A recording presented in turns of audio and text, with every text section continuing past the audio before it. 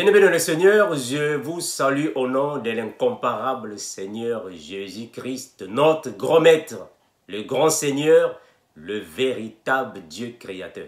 Qu'il vous bénisse, vous renouvelle et vous fortifie encore et toujours. Merci mes bien-aimés, vous qui aimez les Saintes Écritures. J'espère que j'avais promis à tous mes amis du Facebook que je vais revenir sur certains sujets. Il y a plusieurs frères parmi nous qui continuent toujours de croire l'interprétation des églises des réveils. Mais bien aimé, je vous l'ai toujours dit que moi, votre frère, je viens aussi de plusieurs églises. Je viens aussi de plusieurs croyances. Donc, je croyais à plusieurs choses. Le Seigneur nous a fait grâce d'avoir le message du renouvellement.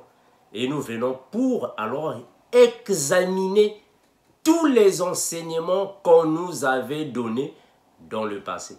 Ah voilà, nous sommes comme le frère Paul. Nous aimons la révolution spirituelle. Nous aimons examiner les Écritures. Mais bien aimé, on est là malgré les attaques, malgré les tentations, malgré les persécutions, malgré toutes choses, les tribulations. Mais nous sommes toujours fidèles au poste. Je suis fidèle au poste malgré tout ce qui se passe. Mais bien aimé, j'espère que beaucoup parmi vous nous posent des questions sur plusieurs sujets. Comme j'avais dit que je vais revenir pour alors répondre sujet après sujet. Je vous avais déjà promis, vous qui partagez avec moi sur ou dans Facebook si vous voulez, ce proverbe chapitre 8, le verset 22. Les gens ont dit, plusieurs personnes continuent de croire à ça. Jésus est une créature. Jésus est la première créature de Dieu. Dieu avait créé Jésus. Jésus est une créature, c'est ce que les gens disent. Frère Armand, on a dit ça dans la Bible, on avait créé Jésus, c'est une créature. Mais frère, je vous l'ai toujours dit, nous, c'est le message du renouvellement. Mes frères, nos aînés dans la foi, ceux qui ont précédé dans la foi chrétienne, il y a plusieurs choses. Ils ont mal enseigné ça. Ils ont commis des erreurs en plusieurs choses. Moi aussi, j'étais parmi ceux qui croyaient à plusieurs choses. Mais avec le renouvellement, on commence à voir les choses différemment. Voilà pourquoi je vous avais dit que moi, votre frère, je ne vois plus les choses de la même manière avec tout le monde. Et je n'aime plus, ou soit je n'aime pas, pour bien dire, imiter ce que les gens disent, à moins que la Bible ne me convainc pas. C'est la Bible. Est-ce que Jésus est une créature de Dieu? Est-ce que Jésus avait été engendré? Jésus avait été formé. Est-ce que Jésus est le premier-né de la création? La Bible. Ah voilà. On vous a tous dit, c'est la Bible. Mes frères, on va prier afin que nous puissions un peu en parler. Père éternel, nous te remercions, toi qui es Seigneur Dieu, incomparable Créateur, je te remercie infiniment. Car il n'y a que toi qui connais tes enfants tels que nous sommes. Père éternel, merci, car tu renouvelles la compréhension des Écritures à tes enfants, afin de mieux comprendre ta parole. Bénis, garde, protège, ton puissant nom, nous avons ainsi prié, et nous disons Amen. Bien aimé, j'ai eu un partage biblique, des partages bibliques, si vous voulez, avec plusieurs frères, qui aussi nous donnent des versets bibliques que malheureusement, l'Église a déjà gobé, mais le frère Armand vient ici pour éclairer les choses par rapport à notre façon de les voir, notre façon de les sentir et notre façon de les présenter à l'Église avec le message du renouvellement de la compréhension des Écritures. Est-ce que Jésus est une créature de Dieu? On va lire dans la Bible les versets que vous voulez, que vous aimez, que vous nous envoyez chaque fois. Colossiens chapitre 1, le verset 15. Nous sommes partis, mes frères, ayez vos Bibles afin que nous puissions marcher ensemble. Colossiens chapitre 1er, le verset 15. Colossiens 1,15. Que dit la Bible? La Bible va déclarer ainsi. Colossiens chapitre 1er, le verset 15. La Bible déclare ainsi. Frère Armando, regarde, on a écrit ça. On va lire ensemble. Il est l'image du Dieu invisible, le premier-né de toute la création. Voilà, frère Armando, tu as vu? Jésus est le premier-né de la création. Lui aussi, on l'avait créé. Il n'est qu'une créature. Et vous donnez encore, Proverbe, on va lire ça. Proverbe chapitre 8. Proverbe chapitre 8, je vais prendre le verset 22.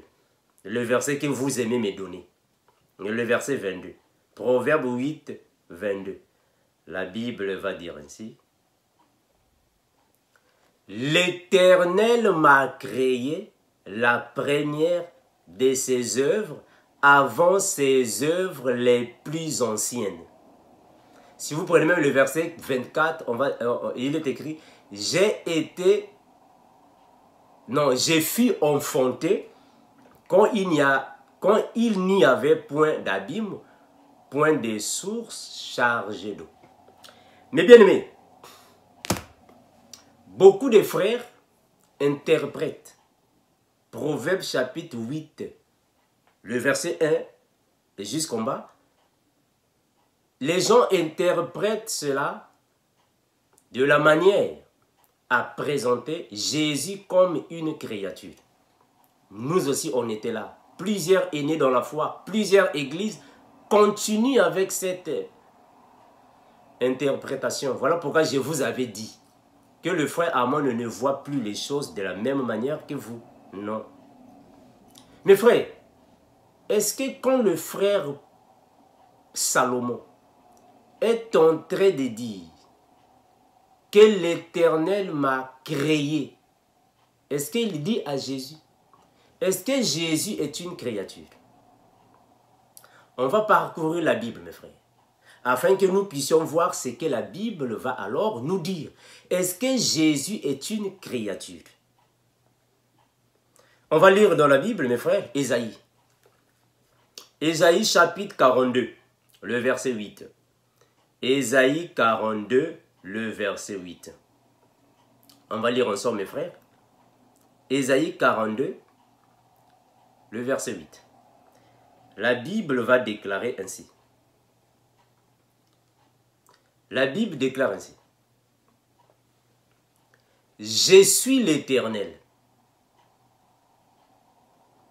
C'est mon nom, là mon nom, et je ne donnerai pas ma gloire à un autre, ni mon honneur aux idoles. Je vais répéter ça. Le Seigneur est en train de dire ici qu'il ne donnera pas sa gloire à un autre, ni son honneur aux idoles. C'est-à-dire que Dieu ne peut jamais donner sa gloire à un autre. Jamais. Dieu ne donne jamais sa gloire à un autre. Donc, il n'y a pas une créature sur la terre qui peut avoir la gloire de Dieu. Jamais. Il n'y a pas une créature sur la terre qui peut avoir les honneurs à la place de Dieu. Personne. Philippiens chapitre 2. Regardez. Philippiens chapitre 2. Philippiens chapitre 2. On prend le verset 9 à 11. Écoutez. Philippiens 2, 9 à 11. La Bible va dire ainsi. C'est pourquoi Dieu l'a souverainement élevé. On s'arrête. Mes frères, vous voyez le bien avec nous. Ça, c'est le bien avec nous, les disciples renouvelés. Les disciples éveillés et éclairés, renouvelés par le Seigneur. Notre bien, c'est ça. Nous prenons les versets que vous esquivez. Donc, vous esquivez les versets, mais nous les prenons pour les expliquer. C'est lui-même Dieu qui a dit qu'il ne donne pas sa gloire à un autre, il ne donne pas aussi son honneur à un autre. Mais il va encore inspirer le frère ici pour dire ainsi. C'est pourquoi aussi Dieu l'a souverainement élevé. Oh, mais quand Dieu élève quelqu'un, c'est-à-dire qu'il est en train de lui donner l'honneur. Je vais avancer, je continue. Ne soyez pas pressés, attendez, je continue. C'est pourquoi Dieu l'a souverainement élevé et lui a donné le nom qui est au-dessus de tout nom, afin qu'au nom de Jésus, tout genou fléchisse. Oh, mais ça c'est l'adoration. Mes frères, examinez les choses, mes frères. Voilà pourquoi la Bible a dit, ne méprisez pas les prophéties, mais examinez toutes choses. C'est ça les chrétiens, les disciples renouvelés. Dieu lui-même a dit dans la Bible qu'il ne donne pas sa gloire à un autre.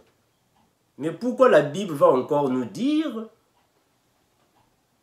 ainsi que au nom de Jésus, tout genou fléchit dans les cieux, sur la terre et sous la terre. En d'autres termes, au nom de Jésus, tous les êtres vivants doivent venir l'adorer.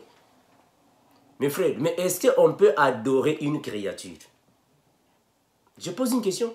Si Jésus est une créature, mais comment est-ce qu'il est adoré? Est-ce qu'on peut adorer une créature? On n'adore pas une créature, frère. Vous adorez une créature? L'idolâtrie. Or, les idolâtres iront en enfer. Comment est-ce que Dieu lui-même dit qu'il ne donne pas sa gloire à un autre, mais on va adorer Jésus? Mes frères, vous savez, comme plusieurs personnes ont le manque de régénération, ça donne à cela. Si vous dites que Jésus est une créature, donc nous tous, nous sommes les idolâtres. Donc personne n'ira au ciel parce que nous adorons une créature. Donc si vous dites que c'est que Proverbe 8 est en train de dire, que l'Éternel m'a créé, donc on a créé Jésus, c'est une créature, donc personne n'ira au ciel parce qu'on ne peut pas adorer une créature. C'est un péché. Adorer une créature est un péché.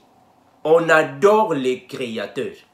Mais donc, comment ça se fait-il que tout genou fléchit devant Jésus, dans les cieux, sur la terre et sous la terre? Comment est-ce que tous les genoux peuvent fléchir devant une créature? Ça ne colle pas, frère. Mes frères, cette interprétation ne colle pas. Ça ne donne pas. On ne peut jamais adorer une créature. Ça n'a pas de sens. C'est une abomination. Hein, mes bien-aimés? Ça ne colle pas. Regardez, je vais continuer. C'est pourquoi Dieu l'a souverainement élevé et lui a donné le nom qui est au-dessus de tout nom, afin qu'au nom de Jésus, tout genou fléchisse dans les cieux, sur la terre et sous la terre. Regardez le 11e verset. Le verset 11. Et que toute langue confesse que Jésus-Christ est Seigneur à la gloire de Dieu le Père. Oh! Mes frères, mais c'est Dieu lui-même qui a dit qu'il ne partage pas sa gloire. Il ne donne pas sa gloire à un autre. Maintenant, comment est-ce que Jésus, qui est créature selon vous, va avoir la même gloire que le Père? Vous ne comprenez même pas que le Fils, c'est lui-même qui est le Père. Vous ne comprenez même pas ça. Comment ça se fait-il que le Fils va avoir la même gloire que le Père? Est-ce qu'il y a un sens? On va évoluer afin que vous puissiez comprendre. Regardez, je prends Psaume. Psaume chapitre 95.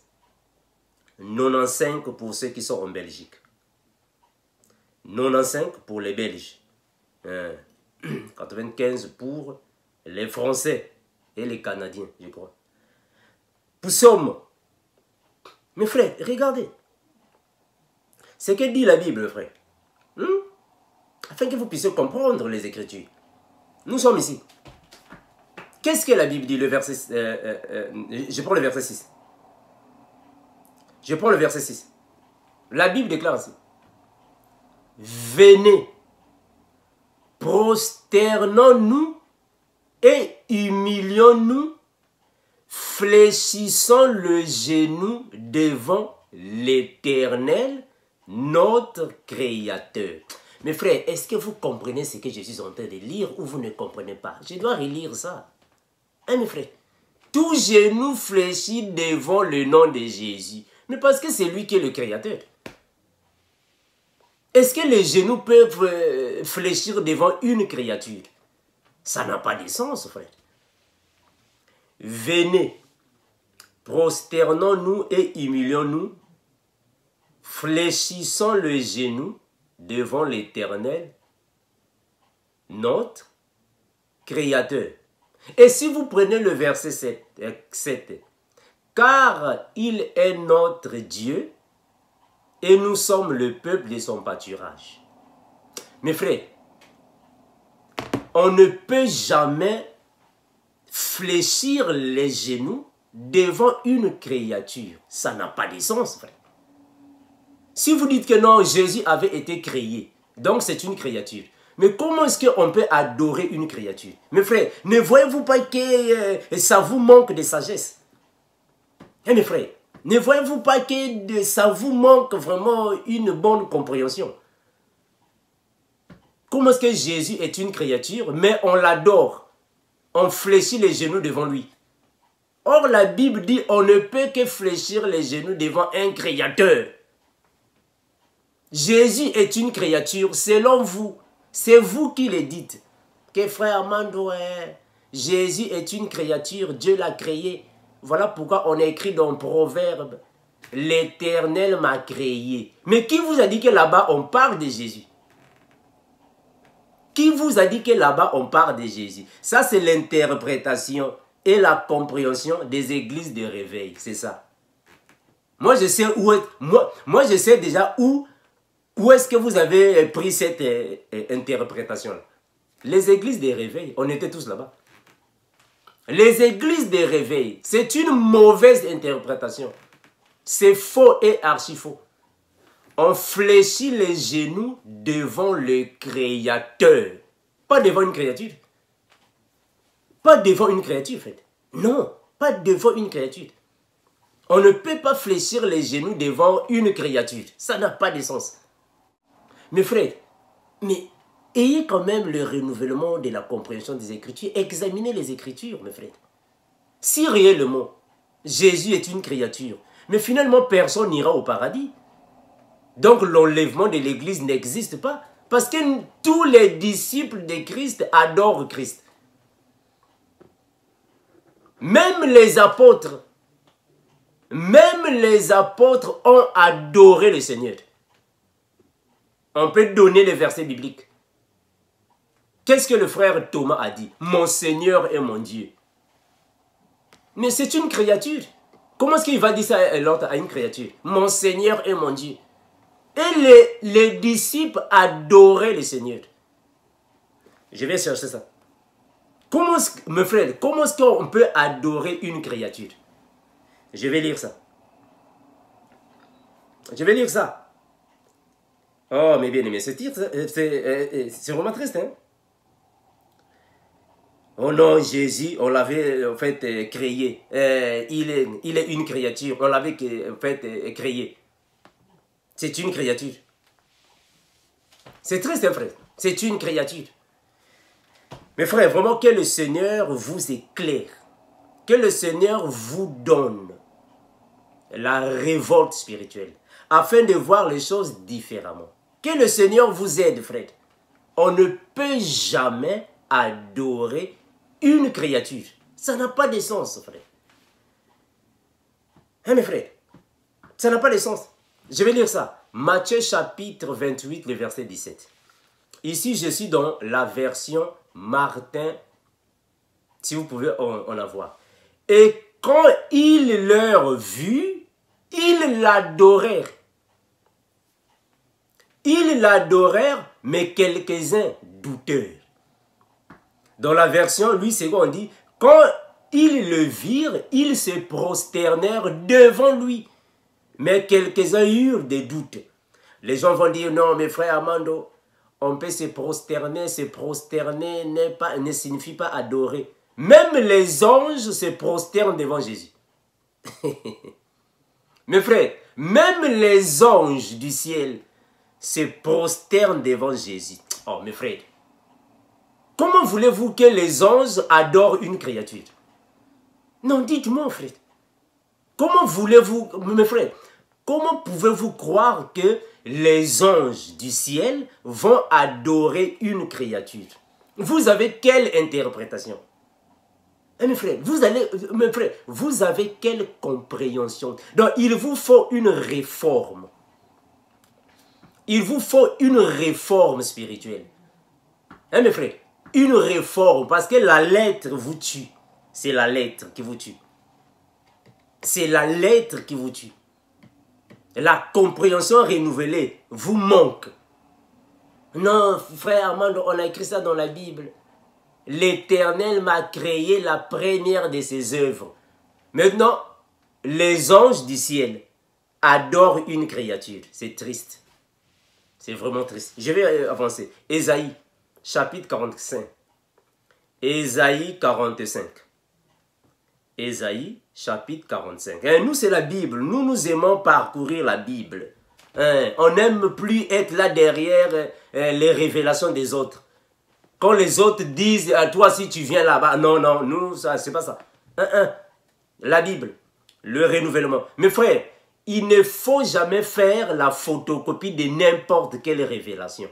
Non, il ne faut pas faire ça. Il ne faut pas faire la photocopie de n'importe quel enseignement. Il ne faut pas faire ça. Examine dans les Écritures. Parce que c'est ce que nous aussi on faisait dans le passé. Mais on a constaté qu'il y a plusieurs hérésies. Plusieurs hérésies. Les Écritures. Examine ça dans les Écritures. Ésaïe chapitre 45. Regardez. Ésaïe 45, le verset 23. Ésaïe 45, le verset 23. La Bible déclare ainsi. Je le jure par moi-même. La vérité sort de ma bouche. Et ma parole ne sera point révoquée. Ma parole ne sera point révoquée. Tout genou fléchira devant moi.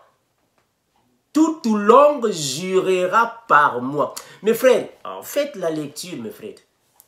Lisez la Bible, frère. Qu'est-ce que vous lisez? Lisez là-bas à la maison, frère. Ça, c'est important, mes frères. C'est la vérité qui vous donne la vie. La vérité, frère. Il ne faut pas accepter à tout enseignement qui ne correspond pas à la vérité. Lisez la Bible. C'est très important, mes bien-aimés.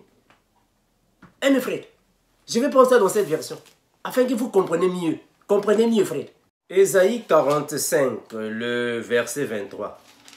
Je suis dans la version Good News Translation. Ésaïe 45, le verset 23. Que nous dit la Bible ici? 45, 23. Vous pouvez prendre d'autres Bibles, hein, mes frères, juste pour comparer ce que la Bible dit. 45, 23. La Bible déclare ainsi. Ainsi vrai que je suis Dieu. Ainsi vrai que je suis Dieu, j'en fais le serment. Et ma promesse est loyale. Je n'y changerai rien. Je n'y changerai... Mes frères, Dieu ne peut pas se tromper. Hein, mes frères? Dieu ne se trompe pas. Dieu ne peut jamais se tromper. Il a dit dans la Bible, il ne donne sa gloire ou partage sa gloire à personne. Dieu ne peut jamais partager sa gloire. Et il confirme ça. Et il confirme, frère. Ma parole ne sera point révoquée. Non. Et il va dire ça ici dans cette version. Je n'y changerai rien. Tous les humains à genoux me jureront fidélité. Tous les humains à genoux me jureront fidélité. Dans la version Good News, Louis II, on dit, je le jure par moi-même. La vérité sort de ma bouche et ma parole ne sera point révoquée. Tout genou fléchira devant moi et toute langue jurera par moi. Mes frères, ça c'est l'Éternel qui le dit. Et le frère, voilà pourquoi on vous a toujours dit, la Bible s'interprète par elle-même. Quand le frère Paul est en train de dire que tout genou fléchit devant le Seigneur Jésus, mais ce n'est pas Paul qui le dit. C'est une prophétie de la Bible. C'est le frère Ésaïe qui l'avait dit. C'est le frère Ésaïe qui le dit, frère. Dont les genoux ne peuvent que fléchir devant le Créateur, pas devant la créature. Bon, maintenant, comment ça se fait que Jésus est créature selon votre compréhension? Jésus, on l'avait créé. Et tous les genoux fléchissent devant une créature. C'est faux et archi faux. Ça, c'est un péché, mes frères. Ça, c'est un péché. Je vais continuer. Regardez. Je prends Romains, chapitre 1er. Nous nous aimons comme ça. Nous aimons examiner les choses. On doit examiner ça. Romains, chapitre 1er. Regardez. Lisez à la maison, mes frères, afin d'avoir des connaissances. Ça vous fera du bien. Romains, chapitre 1er, le verset 24 à 25. 1, 24, 25. Regardez. La Bible déclare ainsi. C'est pourquoi Dieu les a livrés à l'impureté, selon les convoitises de leur cœur, en sorte qu'ils déshonorent eux-mêmes leur propre corps. Eux qui ont changé la vérité de Dieu en mensonge et qui ont adoré et servi la créature au lieu du Créateur. Mes frères, on ne peut pas adorer une créature. C'est un péché. On adore le Créateur. Mais or, Jésus est adoré. Mais si on adore Jésus, mais c'est que c'est lui-même qui est le Créateur. Parce qu'on ne peut jamais adorer une créature. Frère, on adore le Créateur. On ne peut pas adorer la créature. Or, la Bible dit que tout genou fléchit devant lui. Mais parce que c'est lui qui est le Créateur. Je vais évoluer. C'est bien écrit. Romains 1, 25. Eux qui ont changé la vérité de Dieu en mensonge et qui ont adoré et servi la créature au lieu du Créateur qui est béni éternellement. Mais bien aimés, si vous avez la compréhension de Proverbe 8, le verset 22, l'Éternel m'a créé, la première de ses œuvres, c'est Jésus. Donc nous tous, nous n'irons pas au ciel. Parce que celui qui adore une créature ne peut pas aller au paradis. Jamais. Mais nous adorons Jésus. Les apôtres, les disciples ont adoré Jésus. Maintenant, qui ira au ciel? Parce que nous tous, nous adorons une créature, selon vous. On adore une créature, selon vous. Nous adorons Jésus. Nous servons Jésus. Mais on ne peut pas monter au ciel. Parce que c'est une créature. On adore le Créateur. On adore le Créateur, pas la créature. Hein, frère? Cette compréhension des Écritures est fausse. Cette interprétation est fausse. Non, Jésus est une créature, l'Éternel m'a créé, on l'avait créé. Comment ça se fait-il qu'une créature va être adorée? Idolâtrie, abomination. Toute personne qui adore un humain, une créature, ne peut pas aller au ciel. Donc si Jésus est adoré, parce que tout genou fléchit devant lui, c'est-à-dire qu'on l'adore.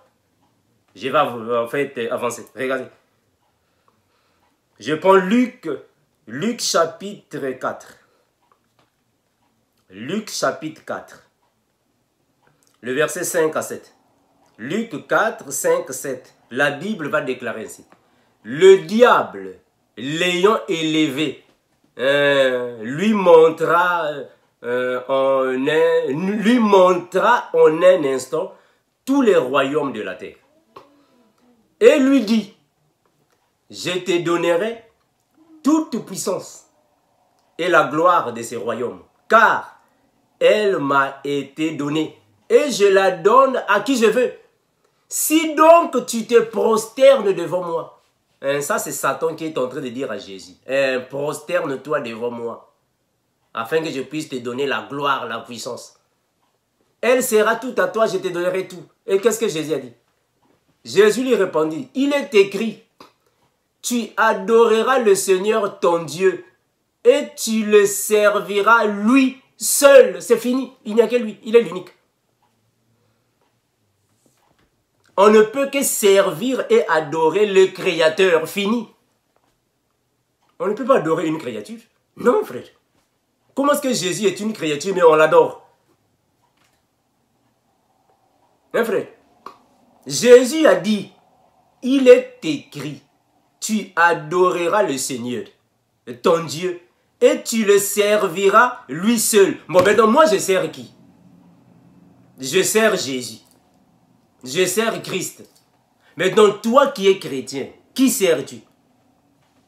Tu sers qui? Non, répondez-moi.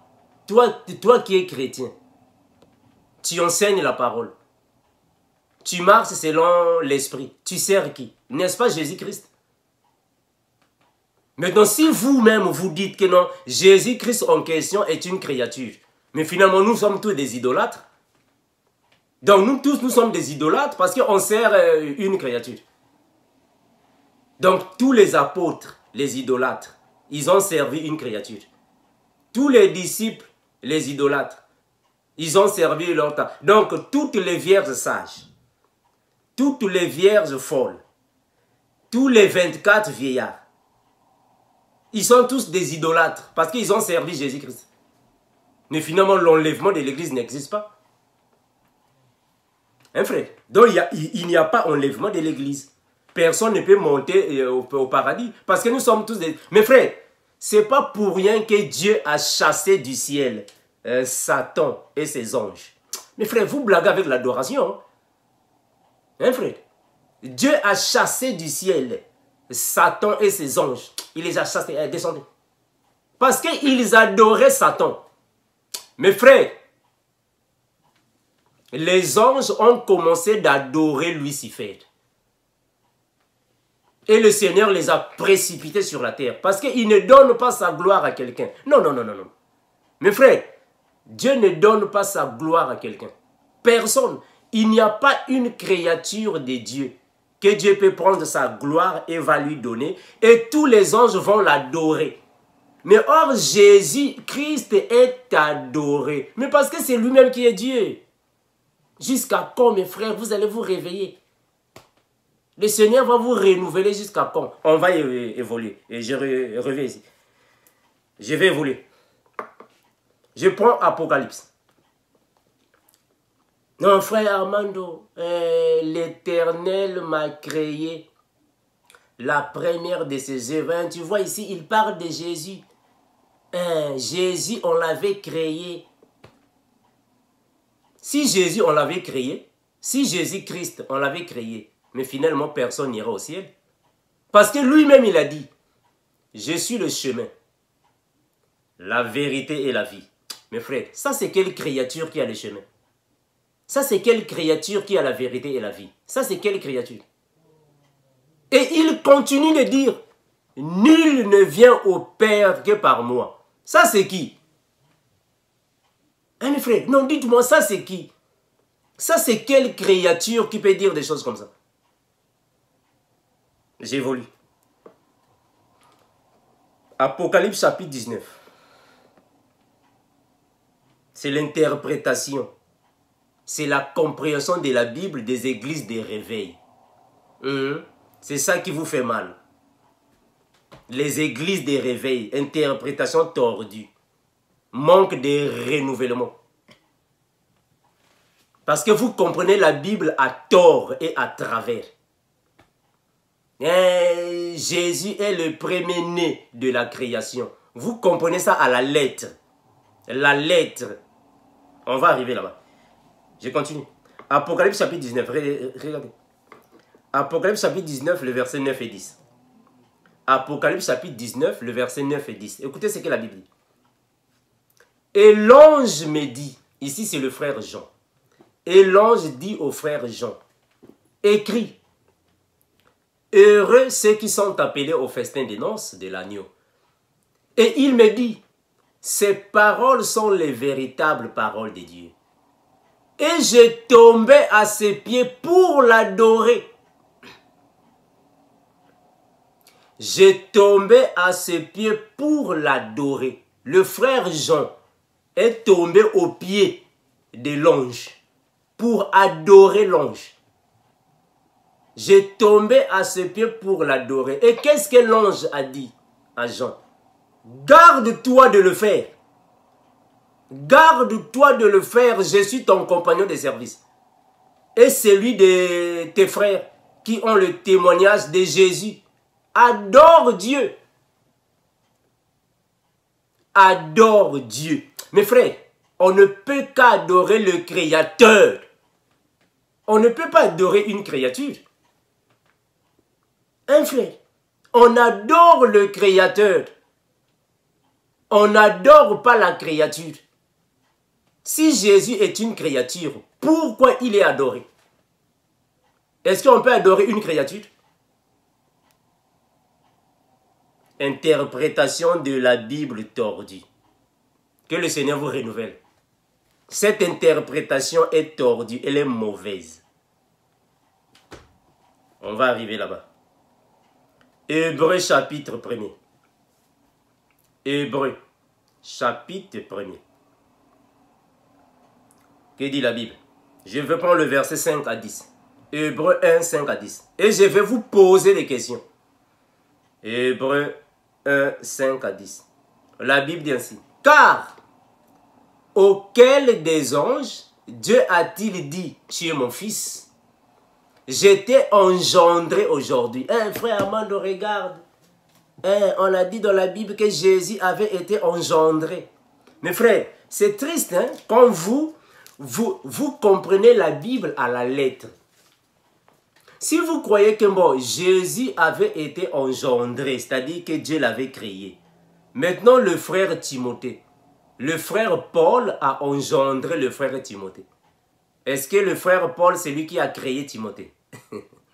Mes frères, c'est triste, hein? Vraiment, franchement. Moi, votre frère, moi qui vous parle, qui m'a engendré dans la foi?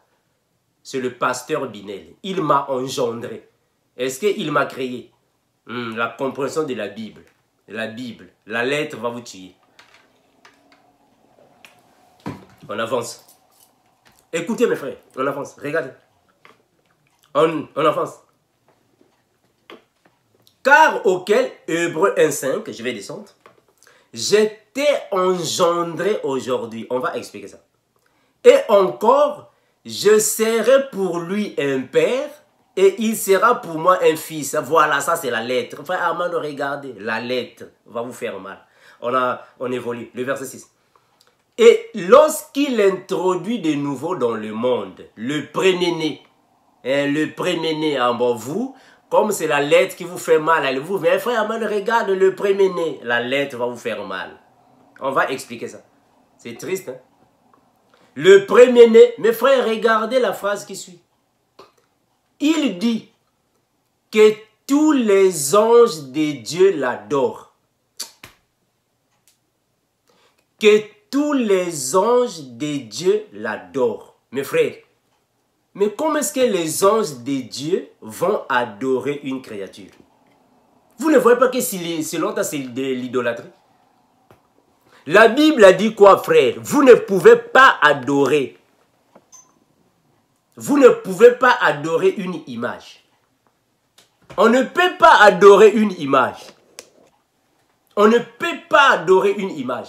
Et qu'est-ce que le frère Paul a dit? Il est l'image de Dieu invisible. Ah, mes frères, vous manquez, le Seigneur vous aide. La Bible dit, il est l'image de Dieu invisible. Et vous dites que non, on peut l'adorer. Donc vous adorez une image. Voilà. Allez, vous allez poser la question, frère Mano, mais pourquoi on a dit qu'il est l'image de Dieu invisible? Mais donc nous sommes les images de qui? Toi qui me regardes, tu es l'image de qui? Et moi, Armando, je suis l'image de qui? L'image de Satan. Hein? C'est triste, hein? Je vais continuer. Donc, Jésus est adoré par tous les anges, les anges, les archanges, les chérubins, les séraphins. Tous adorent Jésus, adorent Christ. Mes frères, mais comment est-ce qu'ils peuvent adorer une créature? C'est triste. Je vais évoluer. Regardez. De plus, il dit des anges, c'est lui qui fait de ses anges des vents et de ses serviteurs une flamme de feu. Maintenant, regardez le verset 8. C'est ici que toute la polémique va finir. Mais il dit au Fils. Qui dit au Fils? Le Père. Le Père dit au Fils. Maintenant, vous, puisque vous ne comprenez toujours pas que signifie le Père, que signifie le Fils, vous allez toujours rester là à la lettre. Le Père a dit au Fils. Que signifie le Père? Le Père, c'est qui? C'est quoi? Le Fils, c'est qui? Ou soit la mère, c'est qui? Je vais répéter ma question. Le Père, c'est qui? Le Fils, c'est qui? La mère, c'est qui? Puisqu'il y a un Père, et il y a un fils. Donc, il faut qu'il y ait aussi une mère. Et la mère, c'est qui? Mes frères, vraiment, vous, quand vous comprenez la Bible comme on comprenait la Bible dans les églises des réveils, vraiment, vous aurez toujours des problèmes. Hein? Maintenant, la mère, c'est qui? La mère, c'est qui? Ah! Mes frères, on évolue. Regardez. Je prends le verset 8. Hein? Mais le Père dit au Fils, ton trône, ô Dieu, est éternel. Oh. Mais pourquoi on dit que le Fils a un trône? Quelle créature que vous connaissez qui a un trône là-bas au ciel? Quelle créature? Donc là-bas, c'est son royaume. Une créature, mais qui a un royaume dans le ciel. Mes frères, c'est triste. Je vais continuer. Regardez. Ton trône, ô Dieu, est éternel. Le sceptre de ton règne est un sceptre d'équité. Tu as aimé la justice, tu as haï l'iniquité. C'est pourquoi, ô Dieu, ton Dieu t'a oint. Ô Dieu, ton Dieu t'a oint. Mes frères, quand vous ne comprenez toujours pas ces choses-là, c'est triste. Hein? Donc ici, le Père est en train d'adorer le Fils. Ah voilà. Le Père est en train d'adorer le Fils. Le Père adore le Fils. On vous a déjà dit ça. Dieu ne peut qu'adorer lui-même. Dieu adore lui-même. Ô Dieu, ton Dieu t'a oint d'une huile de joie au-dessus de tes égaux. Je continue. Et encore toi, le verset 10. Et encore toi, Seigneur, tu as au commencement fondé la terre. Et les cieux sont l'ouvrage de tes mains. Fini avec la polémique. Mais comment ça se fait-il que Jésus est une créature, mais alors, c'est lui qui a encore fondé la terre? Comment est-ce qu'un créateur qui avait été créé? Est-ce qu'il y a un sens? Mais frère, vous ne voyez pas qu'il n'y a pas de sens, non? Vous ne voyez pas qu'il n'y a pas de sens. Hébreux 1, 10. Lisez 10. Tu as au commencement fondé la terre et les cieux sont l'ouvrage de tes mains. Donc, le Père est en train de confirmer. Mes frères, ça c'est Dieu lui-même qui le dit. Ça c'est le Père lui-même qui dit que le Fils a fondé la terre. C'est l'ouvrage des mains du Fils qui ont façonné toutes choses. Bon, vous, quand vous n'allez toujours pas comprendre, c'est triste, hein? Mais on va vous expliquer. Le Père, c'est qui? Le Fils, c'est qui? La Mère, c'est qui? Mes frères, la Bible a un langage, frère. On va vous dire ça jusqu'à quand? La Bible a un langage. Maintenant, si vous dites que Proverbe 8, 22, l'Éternel m'a créé la première de ses œuvres. Mais comment l'Éternel lui-même va encore dire dans Hébreux 10, toi, Seigneur, tu as au commencement fondé la terre. En d'autres termes, créé la terre. Est-ce qu'il y a un sens? Hein, mes frères? Votre interprétation, mes frères, vraiment, ce sont des choses douteuses. Hein? Une interprétation douteuse, hein, frère. Je vais continuer. Je continue, mes frères. Que le Seigneur vous aide à voir les choses différemment. Hein? À voir les choses comme nous les voyons. Dans le renouvellement. Apocalypse chapitre 14. Apocalypse 14, le verset 9. Regardez. Apocalypse 14, 9. La Bible va déclarer ainsi. Et un autre ange, un troisième ange les suivit, en disant d'une voix forte, si quelqu'un adore la bête et son image, et reçoit une marque sur son front ou sur sa main, le verset 10, il boira lui-même, lui aussi, du vin de la fureur de Dieu, verser son mélange dans la coupe de sa colère, et il sera tourmenté dans le feu et dans le soufre, devant les saints anges de Dieu et de l'agneau. Mes frères, c'est lui qui adorera la bête et son image, direction enfer. Il va en enfer. En d'autres termes, c'est lui qui adore une personne. Si tu meurs, tu vas en enfer. Parce qu'on ne peut pas adorer une personne. On ne peut pas adorer une créature. Jamais, frère. Et vous allez me dire, mais frère Amando, mais Jésus était une personne. Dieu en personne. Et Dieu en personne. Voilà pourquoi il était adoré. Parce qu'il est lui-même Dieu en personne.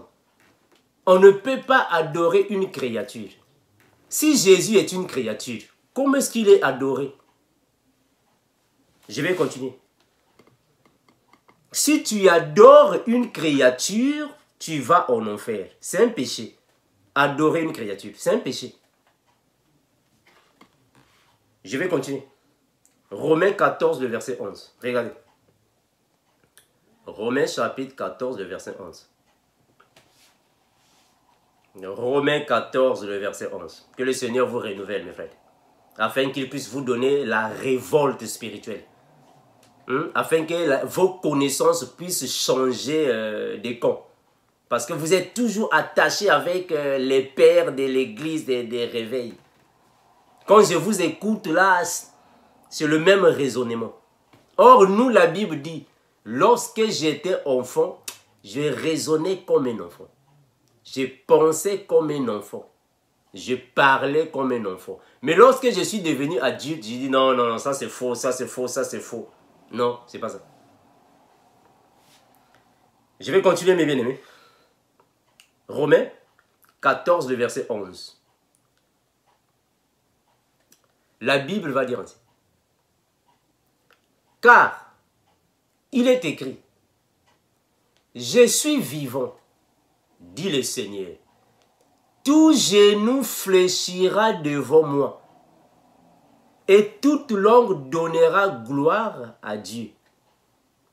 Mes frères, on ne peut jamais s'agenouiller devant une créature. Ça n'a pas de sens. C'est une mauvaise interprétation. Et mes frères, mais vous savez, dans la foi chrétienne, mes frères, il ne faut pas être orgueilleux. Non, moi je connais déjà. Non, c'est comme ça. Il faut examiner les choses. Très important. Les aînés dans la foi nous ont enseigné la Bible. Nous disons Amen. Mais tout ce qu'ils ont enseigné, tout n'est pas vérité. Ce sont des enseignements mêlés avec des hérésies. Il faut enlever les hérésies là. Il y en a là-bas trop. Hein, frère? Ça, ce sont les aînés dans la foi qui ont interprété Proverbe 8 comme ça. Dieu m'a créé la première de ses œuvres. Ici, on parle de Jésus.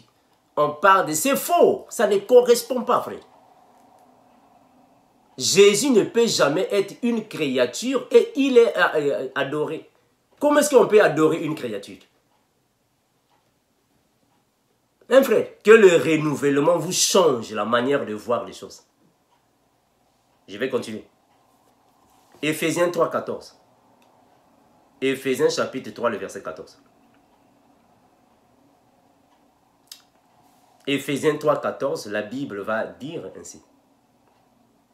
Ça, c'est le frère Paul qui le dit.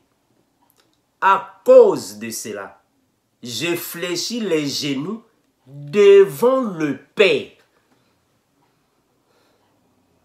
Je fléchis les genoux devant le Père.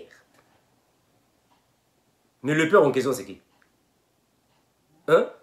Devant le Père uniquement parce qu'il ne donne pas sa gloire à qui que ce soit. Jamais. La gloire appartient au Père. On fléchit les genoux devant lui. Maintenant, pourquoi Jésus aussi, on fléchit les genoux devant lui? Mais parce que c'est le Père. C'est lui qui est le Père en personne. C'est lui qui est le Créateur en personne. Parce que les anges du ciel ne peuvent jamais s'agenouiller devant une créature. Impossible. L'ange Gabriel ne peut jamais se prosterner devant une créature. Impossible.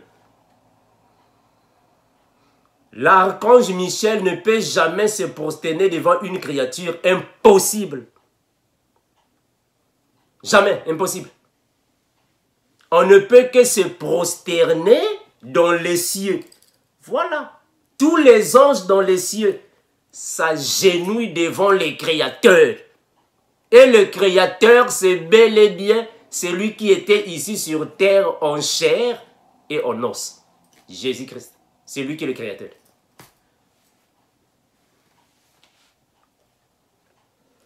Je vais continuer. Je continue.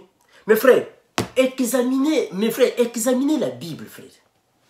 Mes frères, vous savez, moi, votre frère, je viens de là. Je suis passé par plusieurs aînés dans la foi. Je vous l'ai toujours dit, frère. Moi aussi, dans les années passées, je voyais les choses de cette manière-là. Ici, c'est ça, c'est ça, c'est ça. Mais quand le Seigneur nous a donné un coup de camp, non, ça c'est faux. Non, là-bas c'est faux. Ça c'est faux. Voilà, ça, la révolte spirituelle, c'est ça. Comment est-ce que vous qui êtes chrétien, disciple de Christ, on vient vous dire que non, Jésus est une créature. Parce que dans la Bible, on a dit, l'Éternel l'a créé. Donc, c'est une créature. Hein, c'est Jésus qu'on a dit là-bas. Mais pose-toi la question, comment ça se fait-il qu'une créature, mais il pardonne les péchés? Comment est-ce qu'une créature peut pardonner les péchés? Une créature, mais il pardonne le péché. Ça, c'est grave. Hein? Mes frères, personne ne peut pardonner le péché si ce n'est pas le Créateur lui-même. Personne. Et vous allez me dire, non, mes frères, Armand, dans la Bible, on a écrit ça. On a dit dans la Bible que c'est Dieu qui lui a donné le pouvoir. C'est Dieu qui lui a donné le pouvoir. Mais comment ça se fait-il que Dieu va donner le pouvoir à une créature alors que lui-même dans la Bible, il a dit qu'il ne donnera jamais, il ne partagera jamais sa gloire à quelqu'un. Là, vous êtes bloqué. C'est triste. Hein? Comment ça se fait-il que Dieu va prendre son pouvoir, il va donner ça à une créature? Il va prendre sa gloire, il va donner à une créature. Il va prendre tous ses honneurs, il donne à une créature. Alors que c'est lui-même Dieu qui a dit dans la Bible qu'il ne partagera jamais sa gloire à quelqu'un d'autre. Et cette parole est une parole qui ne sera point révoquée. Tout genou fléchira devant lui. Mes frères, jusqu'à quand vous allez comprendre les choses comme nous? Pourquoi ne comprenez-vous pas que Jésus-Christ, c'est lui-même qui est notre Créateur? Mes frères, jusqu'à quand vous allez comprendre ça? Est-ce qu'une créature, je vous pose des questions, frère. Je vous pose des questions. Est-ce qu'une créature peut pardonner le péché? Une créature peut pardonner le péché. Mes frères, écoutez ce que la Bible dit. Hein? Écoutez. Luc chapitre 5. Luc chapitre 5. Je vais prendre le verset 20. Luc 5, 20. La Bible dit ainsi. Voyant leur foi, Jésus dit, homme, tes péchés te sont pardonnés. Ça, c'est une créature. Ah, mes frères. Il dit, homme, tes péchés te sont pardonnés. Les scribes et les pharisiens se mirent à raisonner et à dire, oh, mais qui est celui-ci qui profère des blasphèmes? Qui peut pardonner les péchés si ce n'est pas Dieu lui-même? Mes frères, il n'y a que Dieu lui-même qui peut pardonner le péché. Une créature ne peut jamais... Mes frères, l'archange Michel ne peut jamais pardonner le péché. Jamais. Je répète ça. L'archange Michel ne peut jamais pardonner le péché. Jamais. Aucun ange dans le ciel ne peut pardonner le péché. Jamais. Il n'y a que Dieu lui-même qui est le Créateur qui peut pardonner le péché. Il n'y a que lui-même, personne d'autre. Il ne peut pas donner sa gloire à n'importe qui. Non, frère. Je continue. Luc 5, 20, je descends. Voyant leur foi, Jésus dit, homme, tes péchés te sont pardonnés. Voilà. Ça, c'est Dieu en personne. Ça, c'est Dieu le Créateur en personne. C'est lui qui efface le péché. Voilà pourquoi quand Jean-Baptiste l'a vu venir, il dit, ah, voici l'agneau de Dieu qui ôte le péché du monde. Il est l'unique. Il est l'unique. Mes frères, ça c'est quelle créature qui ôte le péché du monde? Mais vous ne pouvez pas examiner ça, frère. Hein, mes frères, mais comment est-ce que vous qui êtes soi-disant les enseignants de la Bible, vous confirmez des choses pareilles? Jésus est une créature. Mes frères, ça c'est un blasphème, frère. Vous êtes en train de blasphémer. Jésus est une créature. Une créature qui efface le péché. Une créature qui a un royaume dans le ciel. Une créature. Une créature qui prend tous les anges comme ses serviteurs. Tous les anges du ciel sont ses serviteurs. Oh, mes frères, réfléchissez quand même, hein, mes frères.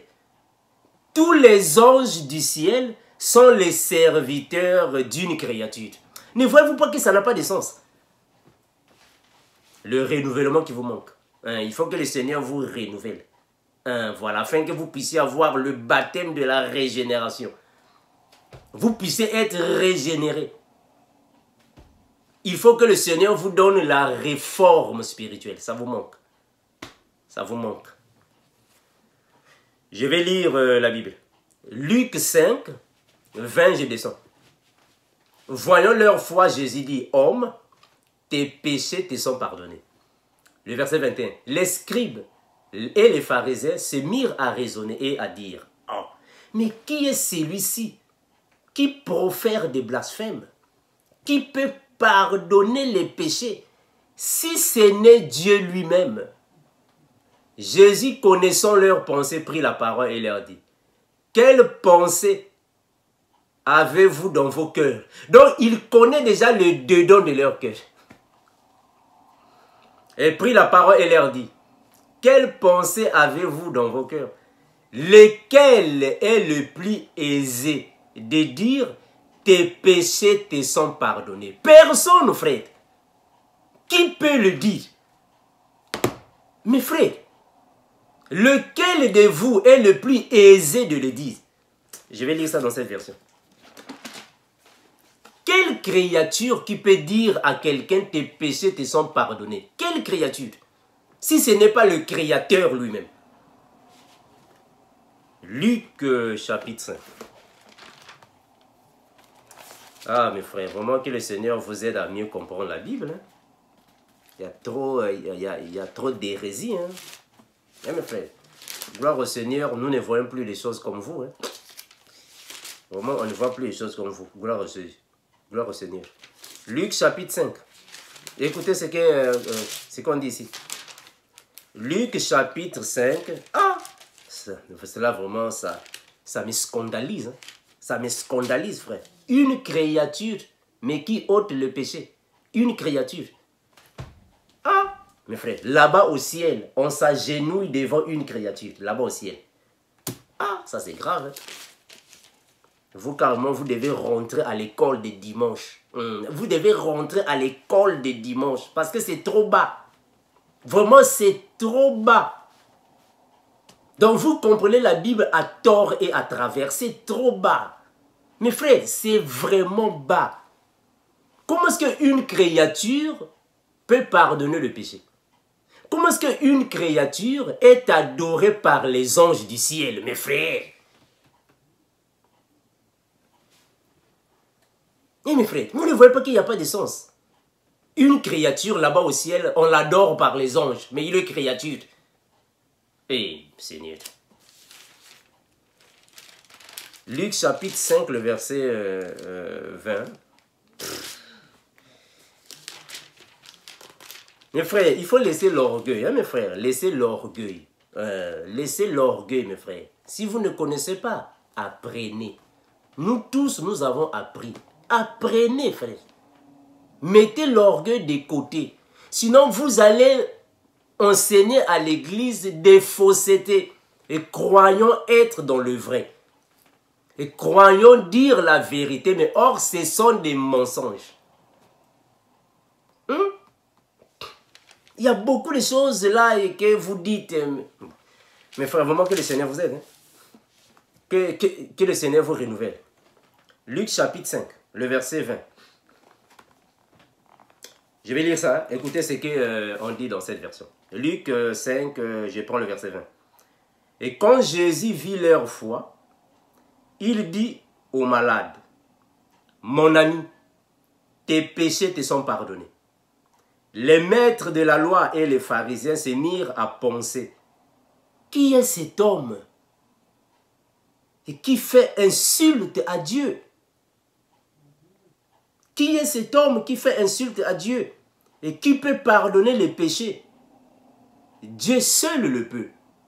Dieu seul peut pardonner les péchés. Jésus devina leurs pensées et leur dit, pourquoi avez-vous de telles pensées? Est-il plus facile de dire, tes péchés te sont pardonnés, ou de dire, lève-toi et marche? Mais parce que c'est lui-même qui est Dieu. Est-ce que c'est facile de dire ça? Est-il facile de le dire, tes péchés te sont pardonnés? Qui peut dire ça, si ce n'est pas le Créateur lui-même? Renouvellement zéro. On va évoluer. On va évoluer. Que le Seigneur vous aide. Mes frères, je vais prendre 2 Corinthiens. 2 Corinthiens chapitre 11, le verset 2. 2 Corinthiens 11, le verset 2. La Bible va dire ainsi. Car je suis jaloux de vous, d'une jalousie de Dieu, parce que je vous ai fiancé à un seul époux, pour vous présenter à Christ comme une vierge pure. Bon, vous vous dites que non, mais Jésus, moi je ne sais pas quoi là, on l'avait créé, Jésus-Christ, on l'avait créé. Mes frères, mais comment ça se fait-il que Jésus est notre époux, le Père aussi est notre époux? Mais finalement, l'Église a combien d'époux? Mais si l'Église a 2 époux, donc l'Église est une prostituée, donc personne n'ira au ciel. Mes frères, est-ce que vous comprenez la Bible comme nous la comprenons? Hein, mes frères? Si l'Église a 2 époux, donc l'Église est une prostituée, elle ne peut pas monter. Parce que la Bible confirme que Jésus est l'époux. Jésus-Christ est l'époux.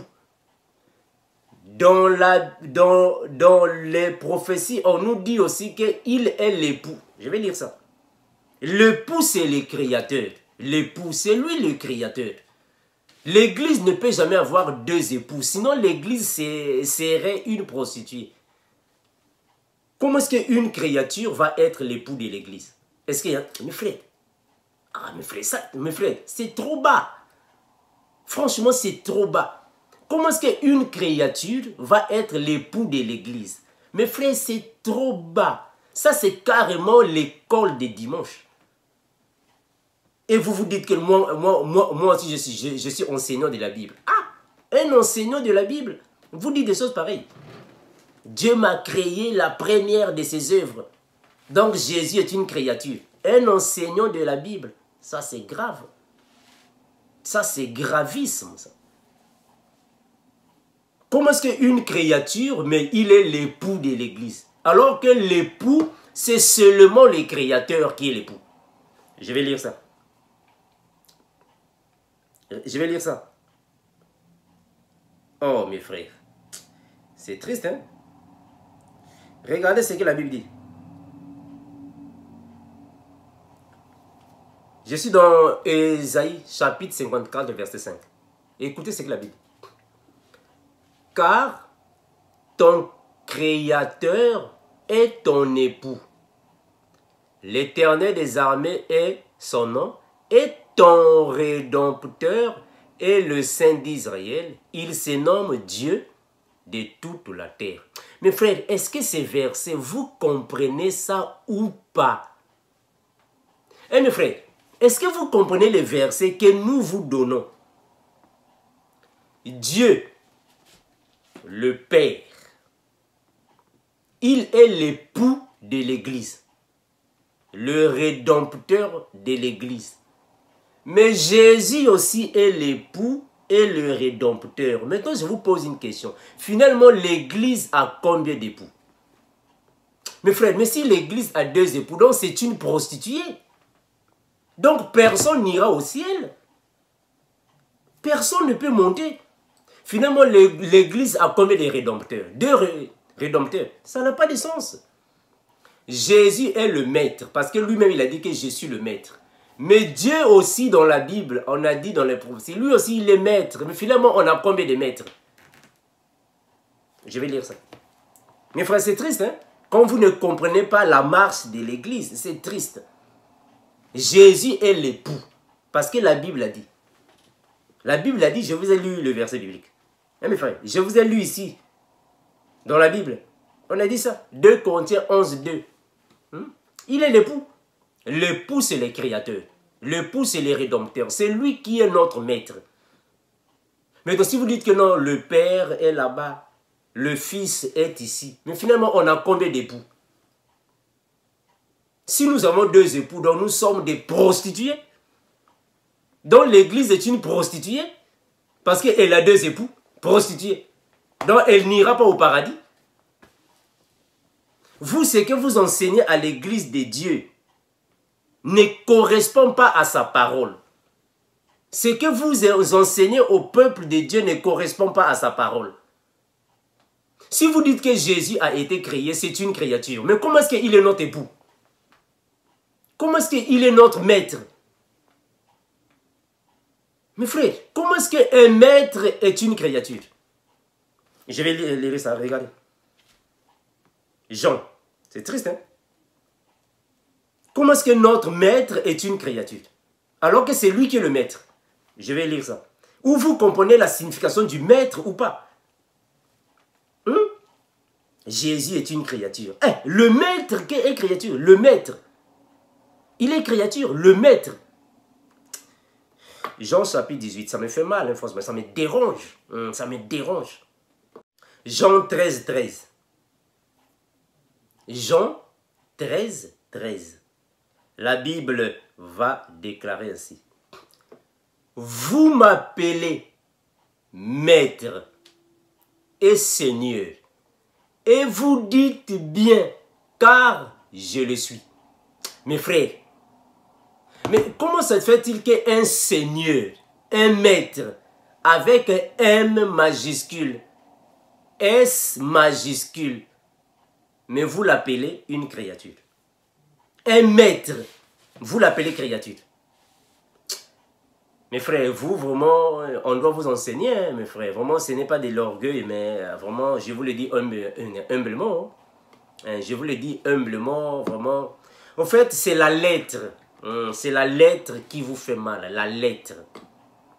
Mes frères, tant que vous n'allez pas manger la nourriture solide, vous n'allez jamais comprendre la Bible. Vous allez commencer à lire la Bible comme si c'était seulement un papier journal. Parce que c'est la lettre qui vous fait mal. La lettre. Ça vous fait mal, frère. C'est triste. Comment est-ce qu'un maître, mais vous l'appelez une créature, alors qu'il est le maître de l'église? Or, le maître, c'est Dieu le Père, le Créateur. C'est lui qui est le maître. Je vais lire ça ici. Pour ne pas dire, frère Amando, où est-ce que tu as vu ça? Je vais lire ça. Je suis dans Jérémie. Je vais prendre Jérémie chapitre 3, le verset 14. Jérémie chapitre 3, le verset 14. La Bible déclare ainsi. Revenez, enfants rebelles, dit l'Éternel, car je suis votre maître. Je suis votre maître, je vous prendrai un d'une ville, 2 d'une famille, et je vous ramènerai dans Sion. Je suis votre maître. Mes frères, vous ne voyez pas que nous avons, selon la Bible, là-bas on dit, je suis votre maître. Jésus aussi dit, je suis le maître. Mais est-ce que nous pouvons avoir 2 maîtres dans une église? Est-ce que nous pouvons avoir 2 maîtres? Mes frères, on ne peut jamais avoir 2 maîtres. On a un seul maître. Parce que Jésus lui-même a dit, un serviteur ne peut jamais servir 2 maîtres à la fois. Maintenant, si le Père était maître, le Fils aussi était maître, finalement, il y a combien de maîtres? Vous ne voyez pas que ça contredit la parole du Seigneur? Vous ne voyez pas que ça contredit la Bible? Comment est-ce qu'on va avoir 2 maîtres? Or, la Bible dit qu'un serviteur ne peut jamais avoir 2 maîtres. Donc, on a un seul maître. C'est le même maître. C'est le même époux. Mes frères, vraiment que le Seigneur vous aide à comprendre les Écritures comme nous comprenons les Écritures.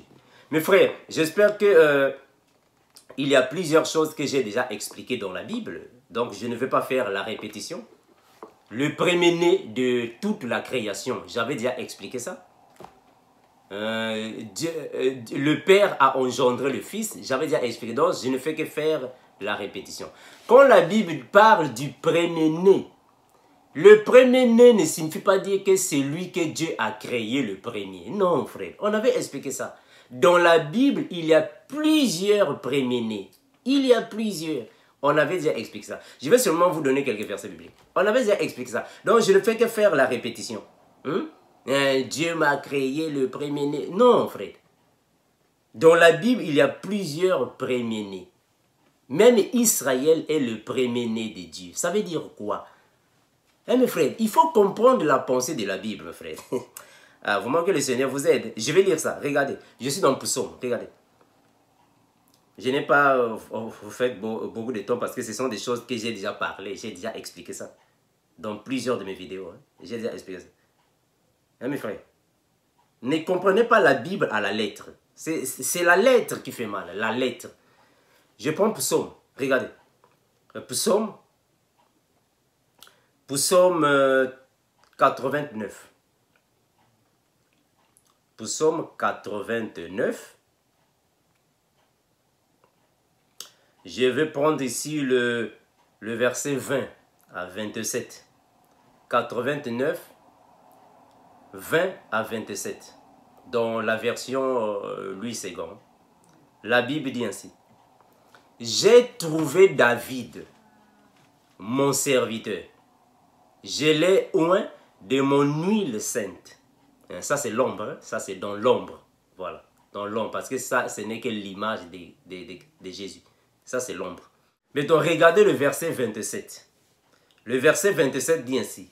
Et moi, je ferai de lui le premier-né, le plus élevé des rois de la terre.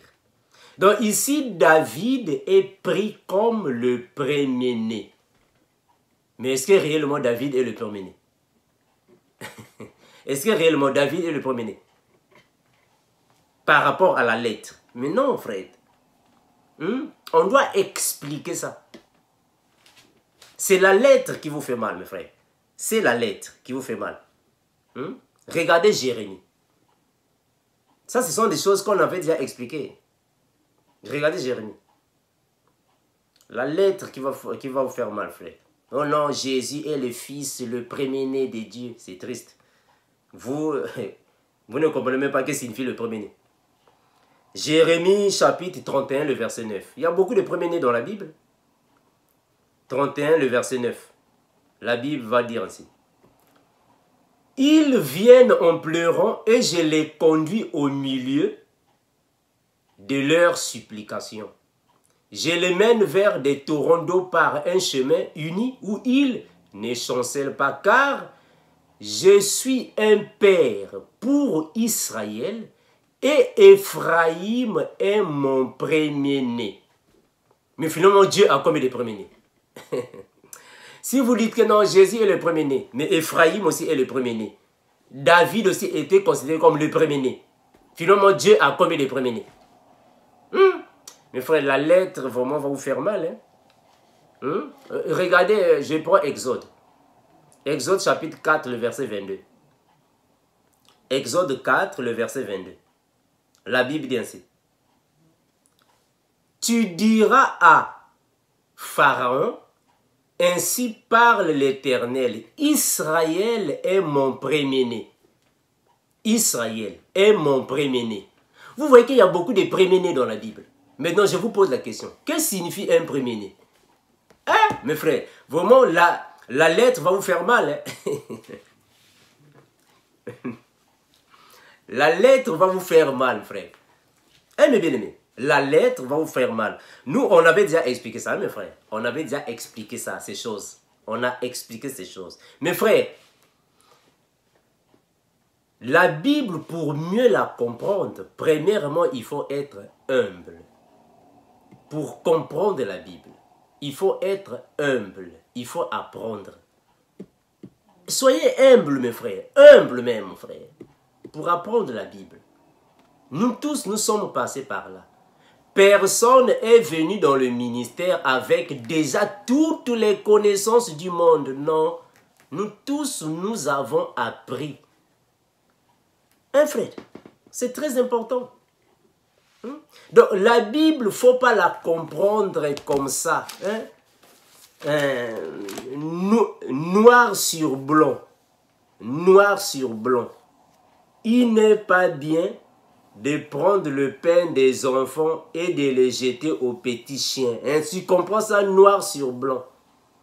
Les renards ont des tanières, les oiseaux du ciel ont des nids, mais le fils n'a pas où reposer sa tête. Faut pas prendre ça noir sur blanc.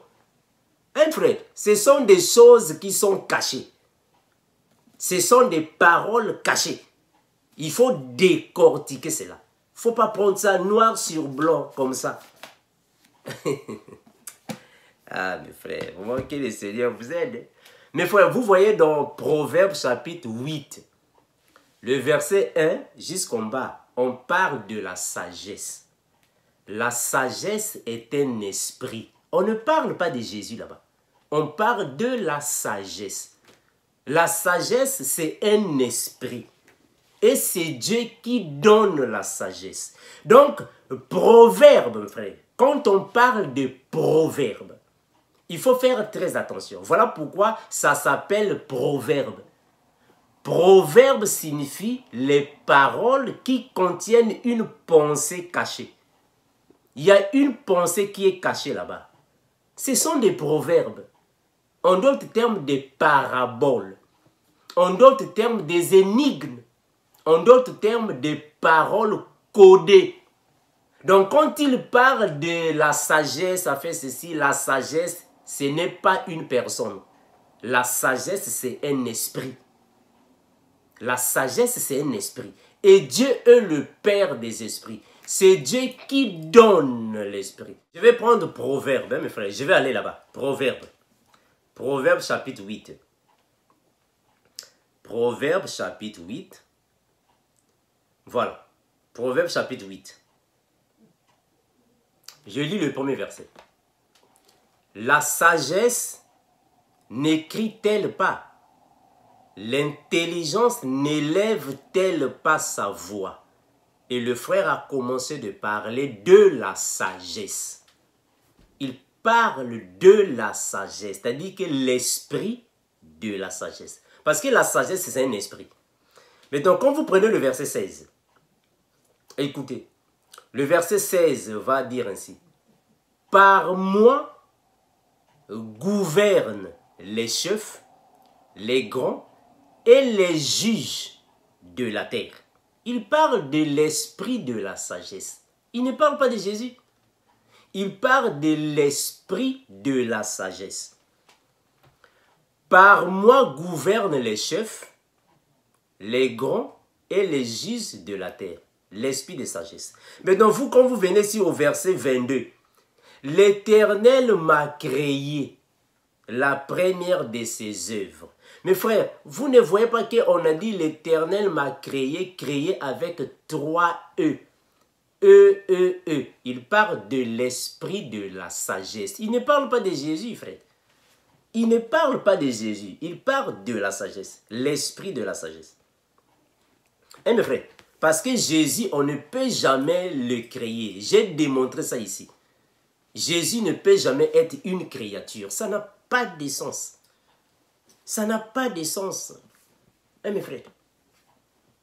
On ne peut pas adorer une créature. Ça n'a pas de sens. S'il est créature, il ne peut pas être adoré. C'est une idolâtrie. Ça n'a pas de sens. Adorer une créature est un péché. Réfléchissez sur ça, mes frères. La sagesse est un esprit. L'esprit de la sagesse. C'est un esprit. Je prends Ésaïe. Ésaïe 8.2. Ah pardon, Ésaïe 11.2. Ésaïe chapitre 11, le verset 2. Regardez ce que la Bible dit. L'esprit de l'Éternel reposera sur lui. L'esprit de sagesse et d'intelligence. L'esprit de conseil et de force. L'esprit de connaissance et de crainte de l'Éternel. L'esprit de sagesse. C'est un esprit, la sagesse. Et c'est Dieu qui est créateur de tous les esprits.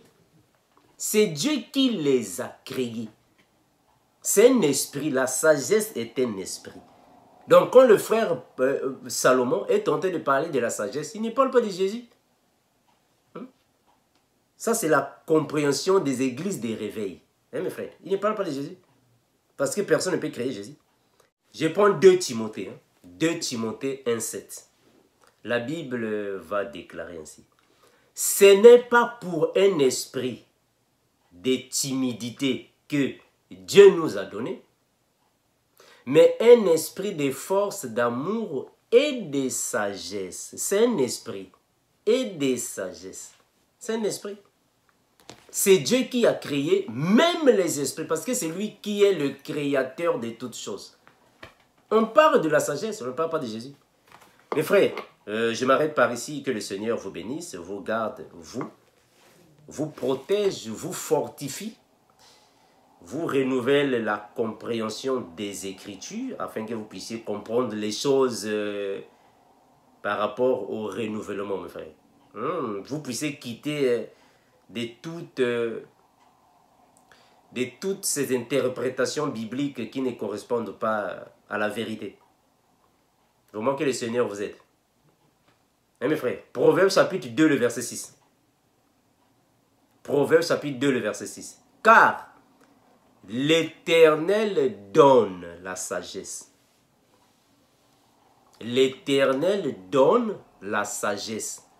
De sa bouche sortent la connaissance et l'intelligence. On ne parle pas de Jésus-Christ. Est-ce qu'on parle de Jésus? Hein? Mes frères, soyez bénis, fortifiés, consolés par la parole renouvelée, afin que le renouvellement puisse alors être la part de votre compréhension. Comme nous disons et nous continuerons de vous le dire, Maranatha. Ciao. Ça, c'est notre nouvelle chaîne YouTube, Les Disciples Éveillés TV. Donc ici, mes frères, nous allons continuer d'enseigner le message du renouvellement de la compréhension des Écritures, le ministère de l'Esprit du temps de la grâce. Donc c'est ici, mes frères, les disciples éveillés de Christ TV, que le frère Armando va alors continuer de poster les vidéos. Voilà, donc mes bien-aimés, je vous invite, vous tous qui êtes amoureux de l'évangile de Christ, vous qui êtes assoiffés de la bonne nouvelle, afin que vous puissiez alors vous abonner à votre également nouvelle chaîne, afin de suivre les enseignements que nous dispensons